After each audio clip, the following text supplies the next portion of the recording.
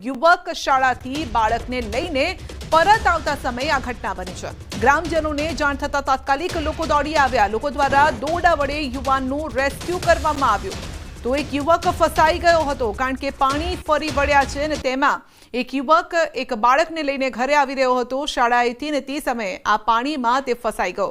જો કે લોકોની નજર તેના પર ગઈ અને તુરત જ દોરડા વડે તેનું રેસ્ક્યુ કરવામાં આવ્યું।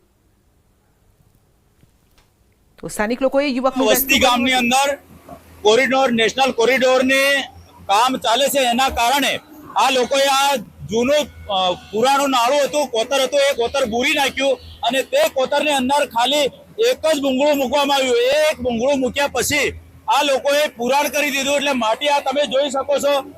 આ લોકોએ પાણીના પુરાણ કરવાથી સામેના ઘરોની અંદર પાણી ભરાઈ ગયું। ઘરોમાં માલ એટલે ઢોરો બી પાણીમાં ડૂબી ગયા છે। એક ગાય મરી ગઈ છે અને બીજો અનાજ બી ડૂબી ગયું છે, ખરાબ થઈ ગયું છે બહુ। એટલે પાણીનો નિકાલ નહીં થયો એના કારણે આ કોરિડોરના બેદરકારીના કારણે આ તંત્રને અમે પહેલેથી બી ઘણીવાર કીધેલું છે કે અમારે અહીં મોટું નાળું આપો, ભૂંગળા નાખો, પણ આ લોકોએ ભૂંગળા આજ દિન સુધી નાખ્યા નહીં। વધુ અપડેટ મેળવીશું સંવાદદાતા સૌરભ પાસેથી। જી સૌરભ, આ વખતે વરસાદ મુશ્કેલી લઈને આવ્યો છે તો અનરાધાર વરસાદ, કોરિડોરના પાણી વહેણમાં ફસાયો યુવક અને જે નાળું છે કોરિડોર છે તેના કારણે જ આ મુશ્કેલી આવી છે કારણ કે પાણીના નિકાલની કોઈ વ્યવસ્થા નથી। ફક્ત એક ભૂંગળું નાખવામાં આવ્યું છે તેવો સ્થાનિકોનો આરોપ છે અને એ ભૂંગળું પૂરતું નથી આટલા પાણીને ખમી શકે અથવા તો સહી શકે તે પ્રકારની પરિસ્થિતિ નથી જેના કારણે તેમાં જે પાણી છે તે ગામમાં ઘૂસી ગયા છે। લોકોની ઘરવખરી પાણીમાં તણાઈ રહી છે, ઢોરો પાણીની વચ્ચે ઊભા છે અને તેવામાં એક ગાયનું પણ મોત થયું છે તેવું સ્થાનિકોનું કહેવું છે। આ સાથે એક યુવક પણ જ્યારે બાળકને લઈને આવતો હતો શાળાએથી ત્યારે તે પણ ફસાઈ ગયો જેના દ્રશ્યો આપ જોઈ શકો છો, જેને પાણીના વહેણમાંથી સહી સલામત બહાર કાઢ્યો છે। વધુ અપડેટ મેળવીશું સંવાદદાતા સૌરભ પાસેથી। જી સૌરભ, મુશ્કેલી ભર્યો આ મેઘો? બિલકુલ કહી શકાય કે અત્યારે જે વરસાદ કોરિડોરના જે 14 સૌરભ, આપનો અવાજ નથી પહોંચી રહ્યો ક્લિયર। જી હેલો, જી हाँ बिल्कुल कही शकाय कि अत्यारे जे कोरिडोरना जे 14 गामों छे 14 गामोने भारे हालाकी वेठवी पड़ी रही है कारण के जे कोरिडोरनो तंत्र छे तेओ द्वारा जे अव्यवस्था करवामां आवी हती। पाणीना निकालनी कोई पण व्यवस्था न कराता जे ग्रामजनो भारे हालाकी वेठવાનો वारो આવી રહ્યો છે। અત્યારે એક યુવક પણ તણાયો હતો અને તેને લઈને ગ્રામજનો તાત્કાલિક સ્થળ પર દોડી આવ્યા હતા। જો કે ગ્રામજનોની હાલ સમયસચકતાના કારણે જે યુવકનો જીવ બચાવી લેવામાં આવ્યો હતો। યુવકો જે દોરડું લઈને દોડી આવ્યા હતા અને યુવાનને બહાર નીકાળવામાં આવ્યો હતો। જી આપનો આભાર। તો સુરત બારડોલીના રાયમ ગામે પણ પાણી ભરાયા છે અને હાલાકી ભોગવવાનો વારો આવ્યો છે। સ્મશાન યાત્રા હોળીમાં કાઢવી પડી હતી।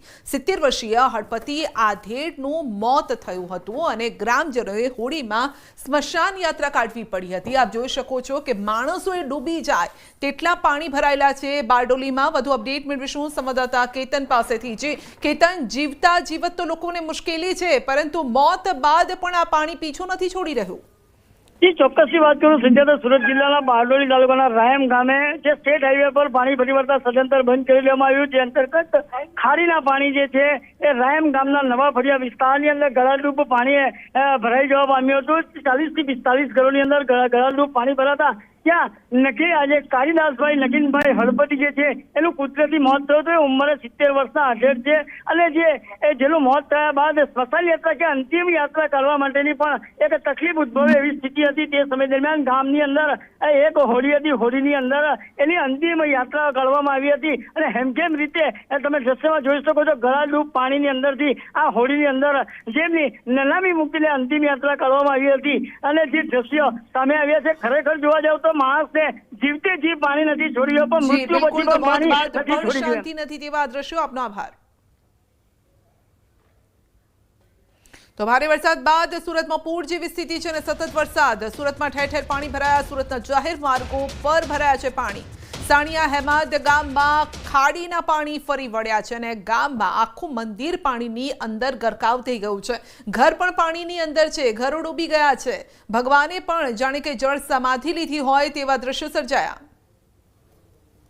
મોડી રાત્રે શરૂ થયેલો સુરત ગ્રામ્યના વરસાદે સુરતના મધ્યમાંથી પસાર થતી ખાડીઓની હાલત કેવી કરી છે તેના દ્રશ્યો હું બતાવવાનો પ્રયાસ કરી છે. અમે પહોંચ્યા છે સનિયા અહેમદ ગામ, બોટમાં પહોંચી રહ્યા છે. ગામની અંદરનો નજારો બતાવો. અહીંયા ઘણા લોકોના રેસ્ક્યુ કરવામાં આવ્યા છે. ગામના આગેવાન છે, આપણે પહેલાં એમની સાથે વાત કરી લઈએ. સંજયભાઈ, શું સ્થિતિ છે? પાણી આવવાનું મેઇન રીઝન શું? કેટલા વર્ષથી આ પાણી આવે છે? ગયા વર્ષે બી 3 વખત પાણી આવેલું.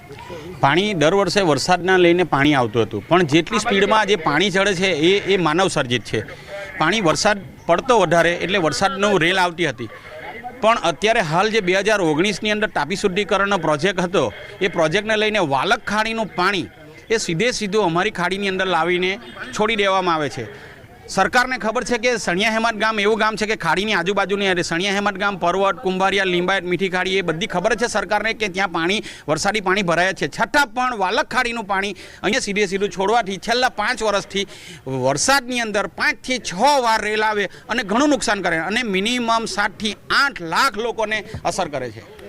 છેલ્લા કેટલા વર્ષથી આ પ્રકારની સ્થિતિ જોવા મળે છે? છેલ્લા 5 વર્ષથી. આના માટે કોઈ રજૂઆતો કરવામાં આવી હોય?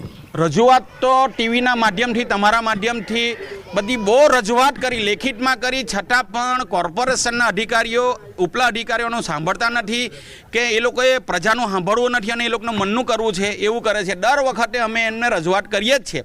સણિયા ગામમાં આવીને જોઈ જાય છે, કેટલું નુકસાન થાય છે, બધું જ જોઈ છે. છતાં પણ કોઈ એ લોકોનું કોઈ એક્શન પ્લાન નથી. અગમચેતી હતી કે વરસાદ પડવાનો છે 7 થી 8 ઇંચ, તો પણ કોઈ વ્યવસ્થા કરી નથી. સણિયા હેમત ગામની અંદર અત્યારે હાલ મારા જે આદિવાસી ભાઈઓ રહે છે, મિનિમમ 1000 થી 1200 જણા રહે છે. એના માટે ફૂડ પેકેટની વ્યવસ્થા કરવી જોઈએ, એ પણ કરી નથી.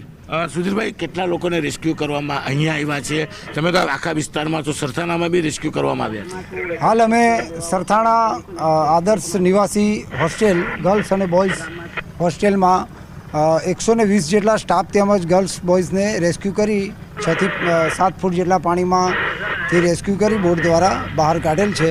ત્યારબાદ અમને સણિયા ગામનો કોલ મળ્યો કે ત્યાં પાણી ભરાઈ ગયા છે, તો અહીંયા આવ્યા છે અને ત્યારે આપણે કામગીરી ચાલુ કરેલી છે. બિલકુલ, અધિકારીઓ રેસ્ક્યુ કરી રહ્યા છે. કેમેરામેનને કંઈક બહારના દ્રશ્યો બતાવવા માંગશે કે સનિયા અહેમદ ગામ છે, ચારો તરફ પાણીથી ઘેરાયેલું છે. જાણે ગામ બેટમાં પરિવર્તિત થયું હોય તેવા નજારા જોવા મળી રહ્યા છે. ખાસ કરીને છેલ્લા 5 વર્ષથી આ પ્રકારના દ્રશ્યો જ્યારે જોવા મળતા હોય છે, લોકોની મુશ્કેલી વધી છે. ત્યારે કેમેરામેન જીગરને કહીશ કે એની પાછળ આવેલું મંદિર છે કે જે મંદિર પણ આખું પાણીમાં ગરકાવ થઈ ગયું છે. આ મંદિરથી આ ગામની ઓળખ થાય છે. ત્યારે કહી શકાય કે જે મંદિર છે એ મંદિર ગરકાવ થઈ ગયું છે અને પાણીનું લેવલ સતત વધી રહ્યું છે, કારણ કે માનવ સર્જિત જે ખાડી છે, ખાડીને ભેગી કરવામાં આવતા ઓવરફ્લો થઈ છે. દ્રશ્ય કહી જાય છે કે જે પ્રકારની આ વ્યવસ્થા છે, જે સનિયા અહેમદ હોય, મગોબ હોય કે કુંભારિયા, તમામ ગામોને અસર જોવા મળી રહી છે. લોકોને રેસ્ક્યુ કરી સલામત સ્થળે પણ ખસેડવામાં આવી રહ્યા છે. કેમેરામેન જીગર ગુગલ સાથે કીર્તેશ પટેલ, ન્યૂઝ 18 ગુજરાતી, સુરત. તો સણિયા અહેમદ ગામ કે જ્યાં ભગવાને પણ જળ સમાધિ લેવી પડી છે અને દર વર્ષે આ પ્રકારની પરિસ્થિતિ સર્જાય છે. માનવ સર્જિત મુશ્કેલી છે, કુદરતી મુશ્કેલી તો છે જ, કારણ કે ભારે વરસાદ વરસી રહ્યો છે, પરંતુ ખાડી જે છે તે માનવ સર્જિત છે અને જેના કારણે પાણી અહીંયા ભરાઈ જાય છે અને ભગવાને પણ પાણીની અંદર આશરો લેવો પડે તે પ્રકારના દ્રશ્યો સર્જાય છે. જોકે દર વર્ષે આ પ્રકારની જ મુશ્કેલી આવે છે આ ગામમાં. સુરત જિલ્લામાં વરસી રહ્યો છે ધોધમાર વરસાદ. બારડોલી નગરના માથે હવે મુશ્કેલી છે, આ સાથે તાલુકો પણ પ્રભાવિત થયો છે. વઢવાણિયાથી બાલદા જવાના માર્ગ પર પાણી ફરી વળ્યા છે. વાહન વ્યવહાર માટે તે રસ્તો બંધ કરાયો. બારડોલી તાલુકાના વઢવાણિયા ગામ પાણીમાં ગરકાવ થઈ ગયું છે. તો આ ગામમાં પાણી ભરાયા છે. ગામની પોસ્ટ ઓફિસ, ગ્રામ પંચાયત, આંગણવાડી, મંદિર બધું જ પાણીમાં છે. તો ચૌધરી ફળિયું પણ સંપર્ક વિહોણું થયું છે.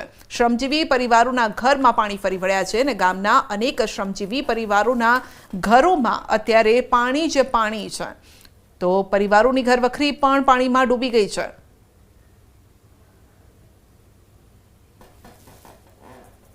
દ્રશ્ય બતાવવાનો પ્રયાસ કરીશ કે બારડોલી તાલુકાના વઢવાણિયા ગામે, જે વઢવાણિયા ગામથી જે બાલદા તરફ જવાનો માર્ગ છે સદંતર બંધ કરી દેવામાં આવ્યો છે અને આ જે વઢવાણિયા ગામે જે 70 થી 65 જેટલા ઘરોની અંદર પાણી ભરવા પામ્યું છે. ચૌધરી ફળિયા હળપતિવાત વિસ્તારની અંદર લોકોને રેસ્ક્યુ સ્થાનિક ગામના સરપંચ દ્વારા કરાઈને સલામત સ્થળે ખસેડી લેવામાં આવ્યા છે. દ્રશ્યમાં જોઈ શકો છો કે લોકો ધસમસતા પ્રવાહમાંથી આ પોતે અન્ય જગ્યા પર સલામત સ્થળે ખસતા પણ તમે જોઈ રહ્યા છો। આ દ્રશ્ય અંદર જોઈ શકો છો કે કાચા મકાનોની અંદર ભારે વરસાદી પાણી ભરાતા પારાવાર નુકસાનીના અહેવાલ પ્રાપ્ત થવા પામ્યા છે। ખાસ કરીને વહીવટી તંત્ર દ્વારા અહીં કોઈ પણ જાતની મદદ પણ આપવામાં આવી નથી। માત્ર એક ઉત્સાહી સરપંચ દ્વારા જે આ લોકોને સલામત સ્થળે ખસેડવાની કામગીરી હાથ ધરવામાં આવી છે અને આ વઢવાણિયા તાલુકા એટલે બારડોલી તાલુકાના વઢવાણિયાથી પાલડા તરફ જતો માર્ગ સંપૂર્ણપણે વાહન વ્યવહાર માટે બંધ કરી લેવાની નોબત ઊભી થવા પામી છે। કેતન પટેલ, ન્યૂઝ 18 ગુજરાતી, બારડોલી।